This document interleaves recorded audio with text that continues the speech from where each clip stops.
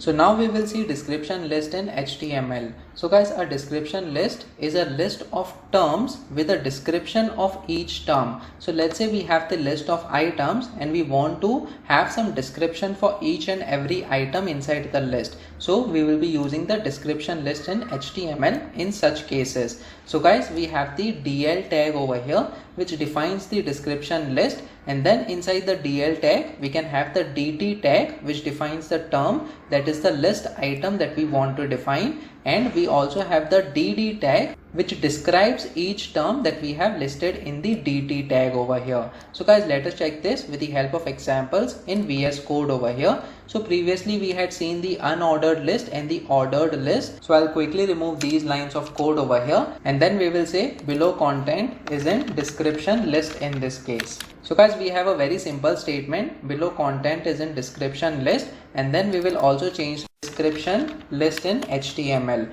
Now guys, the main tag that we are going to use over here is the DL tag over here. So we have the description list starting and the ending tag, and then we are going to define the term, that is the list item, using the DT tag. So over here we provide DT, and then let's say we provide coffee as one of the list items over here, and then guys, what we can do is we can have the DD tag that describes the coffee item over here. So we provide the double D tag in this case, and then we can simply say black hot drink in this case. So over here we are just providing certain description for this coffee over here. Now guys, let us say we have another element. So again we will have the DT tag over here, and then let's say we have milk in this case, and then we will describe it with certain statement. So let's say we have white cold drink in this case. So guys, basically we are describing what milk is over here. So this is the format that we can use inside the DL tag. First we have the DT tag and then followed by the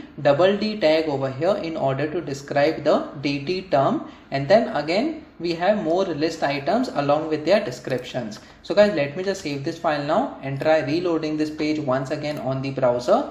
So as you can see, below content is in description list. So this is the list of items that we have. So first item we have coffee, and then we have the description, that is black hot drink over here, and then the second item is milk, which is a white cold drink in this case. So guys, if you have the requirement in such a way that you want to describe certain list of items over here, you can have the description list in this case and use these DT and the DD tags over here in order to define the terms and the descriptions as well. So guys, comment in the comment section below whether you have learned something out of this video. Please make sure that you like this video so that it reaches to more people, and subscribe to this channel so that you get the notifications on upcoming videos as well.